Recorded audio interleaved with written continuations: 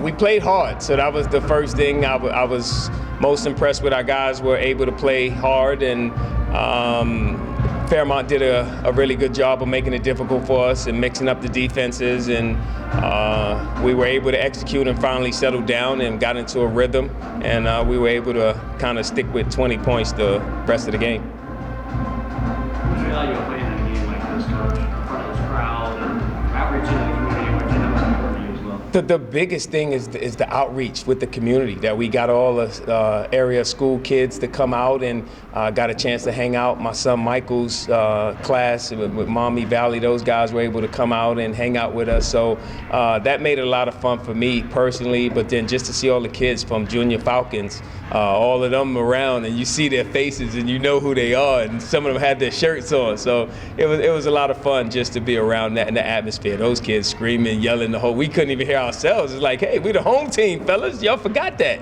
And but they were good. It was awesome to have this. How do you think big picture your team played in that environment? I know that was a Big picture, I thought it helped guys, especially Dylan Swingle, get in better game shape and being able to run that way and get up and down and get him some touches and see what he can do on the low block. And I thought it helped us out tremendously in that area, and it just gave us outside competition. You know, a lot of times when you're just going against yourselves the whole time and now you're waiting for games, it's always difficult, you know, no matter who you play. And they were really good. They were scrappy. They were able to score. We had to really play the right amount of defense. And, you know, at one point I think they cut it to like 13, something like that. So, like, hey, this game's not over, fellas. There's a lot of time left. If we let this be a game, y'all saw what happened, and, you know, they're good. They can score. And it doesn't matter what level they are, they can score if we allow it. So that was the difference. You mentioned the defense before, and at the end of the games, you were always pleased with it.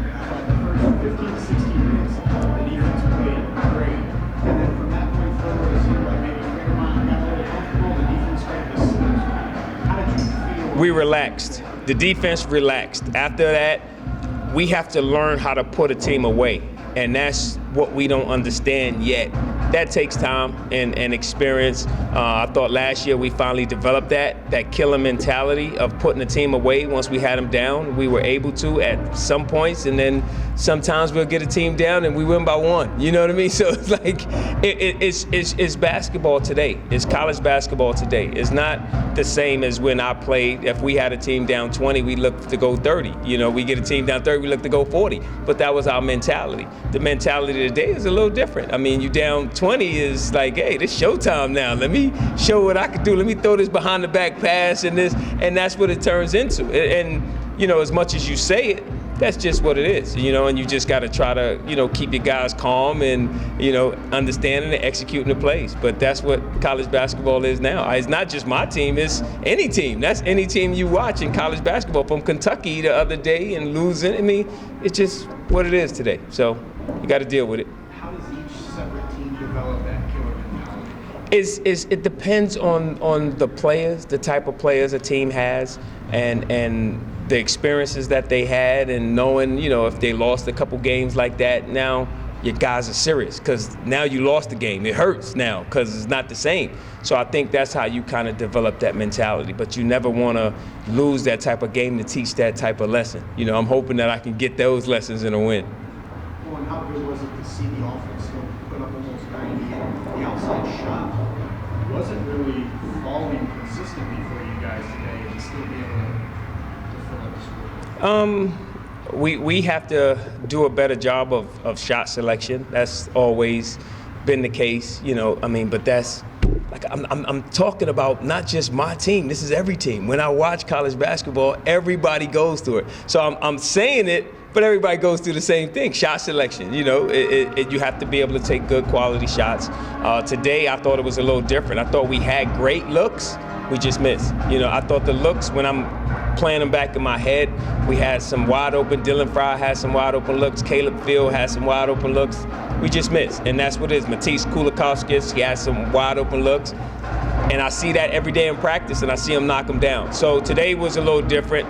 We just missed the shots, but we had great looks. And then it goes back to the defense. What helped you get such a big lead was those transition buckets you got early. So being able to turn defense into offense and push the pace is kind of something you guys And that's something that we want to do. It's something that we're building on.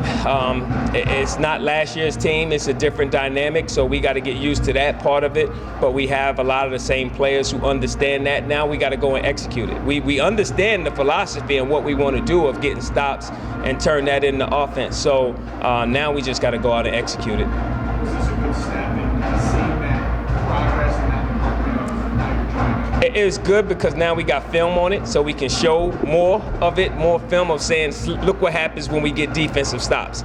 This is the end result of us getting defensive stops, and that's the transition buckets for layups and open threes. So that's what it's about.